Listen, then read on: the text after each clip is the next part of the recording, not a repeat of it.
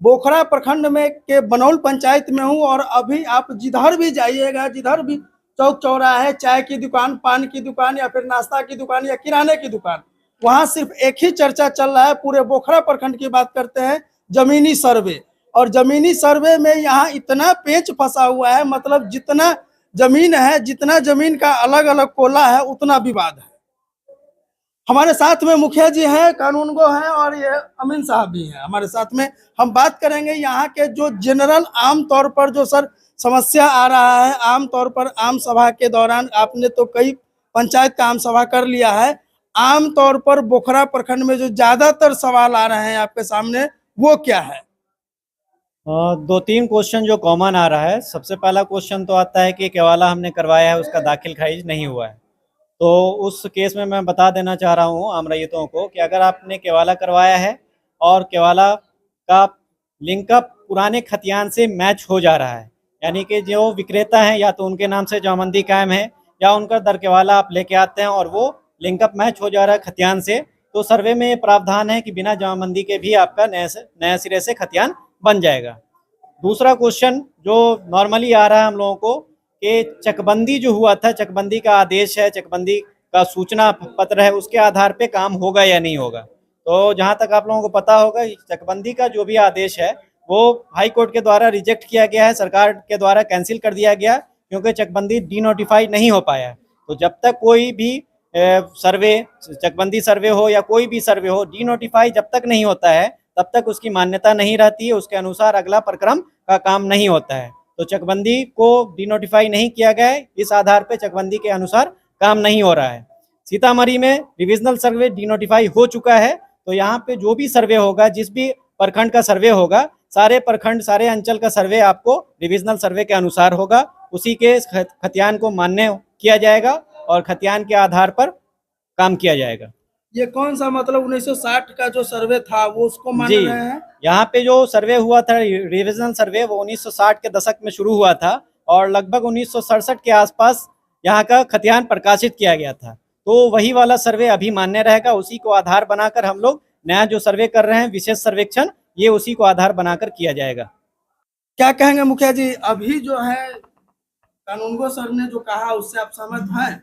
हम सहमत हैं। आज जो आम सभा ये रखा गया है, मेरे पंचायत के माननीय हमारे जितने भी जनता है, रैयत हैं, किसान हैं, उनको समझाने के लिए ये आम सभा रखा गया है। क्योंकि आने वाले दिन में जो सर्वे होगा तो उसमें किन किन बातों पे लोगों को किन किन कागजातों का ज़रूरत है, इसके लिए ये आम सभा रखा गया था। और बहुत सही तरीके से सर सारे चीज़ का जानकारी दिए हैं कि कागज ये सब लगेगा और लोग इस चीज़ को समझे हैं।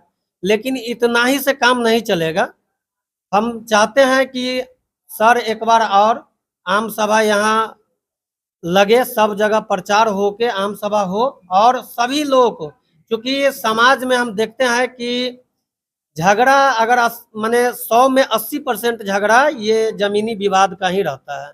चाहे वो न्यायालय में जाइए या अंचल में जाइए या अनुमंडल में जाइए, अधिकतर झगड़ा जमीनी विवाद ही है।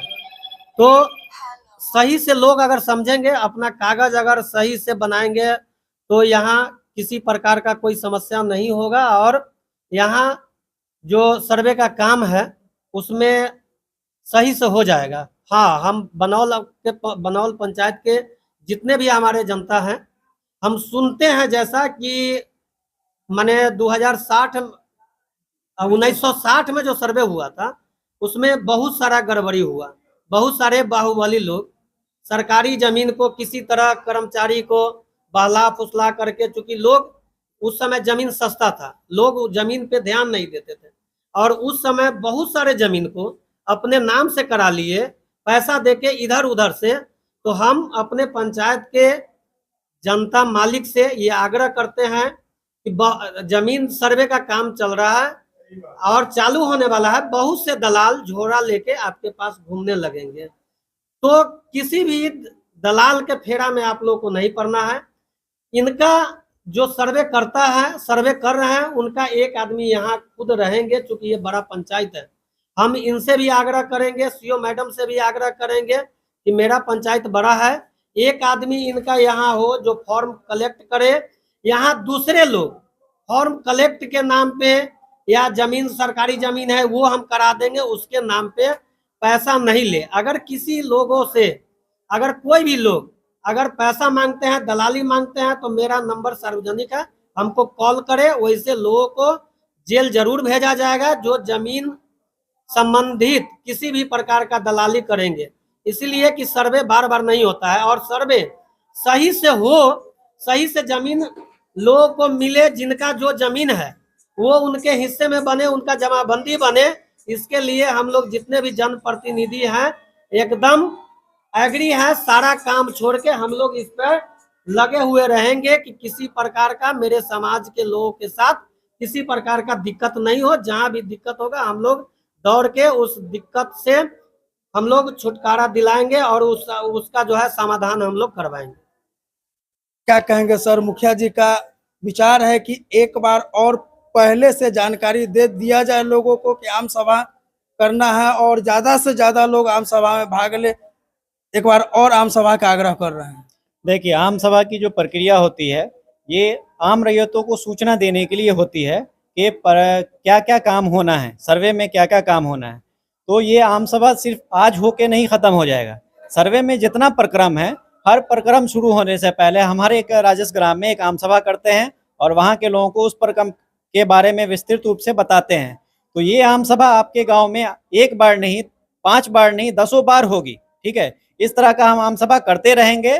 मुखिया जी का अगर अब ये रिक्वेस्ट है तो उस रिक्वेस्ट को भी हम मानते हैं, और मेरी भी ये जिम्मेदारी रहती है कि जो सर्वे का प्रक्रम है, हर एक प्रक्रम को हर एक रैयत, हर एक आम किसान के कानों तक पहुंचाकर उनका काम सही हो और वो अपना नया खतियान बनवा सके। इसके लिए हम पूरी तरह से वचनबद्ध हैं और हम ये काम करेंगे। ठीक है, तो आम सभा हम फिर यहाँ पे लगा देंगे और आम सभा लगाकर सारे लोग इकट्ठे हो जाएंगे। फिर से हम इसके बारे में पूरा डिटेल जो शुरू से आखिर तक प्रक्रिया है इसके बारे में फिर से बता दिया जाएगा। वो डेट निर्धारित हम और मुखिया जी मिलकर कर लेंगे और वो डेट आम सूचना के तौर पर आप लोगों को मिल जाएगा। तो दोबारा आम सभा हम यहाँ पर कर लेंगे। जहाँ तक बात रही, मुखिया जी के द्वारा एक बात बोली गई कि सर्वे का काम शुरू हो रहा है तो तरह तरह के दलाल पैदा होंगे, और ये सच्चाई है कि जहाँ भी सर्वे का काम शुरू होता है तो आप ही के समाज के बीच में बहुत सारे दलाल पैदा हो जाएंगे। ठीक है, बहुत सारे दलाल बोलेंगे कि आप हमको पैसा दीजिए, हम ये काम करवा देंगे, वो काम करवा देंगे। तो आप लोगों से हम एक अपील करेंगे कि अगर सर्वे कर्मी के अलावा जो हमारे सर्वे कर्मी हैं, उनको आप जानते हैं, उनको पहचानते हैं, उनके बारे में बता दिया गया है कि सर्वे कर्मी के अलावा अगर कोई भी तीसरा पर्सन आपके पास जाता है और सर्वे के बारे में आपसे पेपर की मांग करता है या पैसे की मांग करता है या कुछ भी मांग करता है, तो आप उनको न तो पेपर देंगे न पैसा देंगे, और उसकी सूचना आप हमको एक बार दे देंगे कि फलाना व्यक्ति सर्वे के नाम पे हमसे डिमांड कर रहा था। हम उसको विभागीय एक्शन के तौर पर आगे लिखकर भेज देंगे ताकि विभाग उस पर एक्शन ले। कोई भी दलाल के चक्कर में नहीं पड़ेगा, कोई भी इधर उधर के लोगों के चक्कर में नहीं पड़ेंगे। जिनको जो भी काम है वो हमारे जो अमीन हैं उनसे आप संपर्क कीजिए। अगर अमीन से आप नहीं संतुष्ट हो पाते हैं तो हम यहाँ पर आपके अंचल में बैठेंगे, सर्वे ऑफिस में बैठेंगे, वहाँ पे आप हमसे संपर्क कर सकते हैं। अगर हम आपके गांव में विजिट करते हैं, कभी हमसे मुलाकात होती है, तो वहाँ पे आप हमसे मिल सकते हैं, अपनी सारी परेशानी बता सकते हैं, अपना पेपर दिखा सकते हैं। तो सर्वे कर्मी के अलावा अगर कोई भी आदमी आपसे सर्वे के बारे में कोई पेपर मांगता है या कुछ भी मांगता है तो आप उसको नहीं देंगे। सीधे सर्वे कर्मी जो हमारे हैं उनके हाथ में ही पेपर देंगे, उसके अलावा कहीं नहीं देंगे। इस बात का आप लोग ध्यान रखिएगा, और अगर ऐसे कोई लोग भी पाए जाते हैं समाज में तो उसकी सूचना एक बार हमको जरूर दीजिएगा। दोस्तों, तो हम उम्मीद करते हैं कि आपको बहुत सारे सवालों का जवाब मिल गया होगा। यदि इससे भी आगे यदि कुछ पूछना चाहते हैं तो आप कमेंट बॉक्स में जाएं और आप अपना सवाल लिखें, और हम हर संभव प्रयास कर रहे हैं कि आपके सारे सवालों का जवाब हमारे इस चैनल के माध्यम से आपको मिलता रहे। और बाकी ये वीडियो आप अगर देखते हैं, अच्छा लगता है कि जानकारी युक्त वीडियो है, तो आप ज़्यादा से ज़्यादा शेयर करें, क्योंकि ये जानकारी अभी सभी लोगों के लिए बहुत ही जरूरी है। धन्यवाद।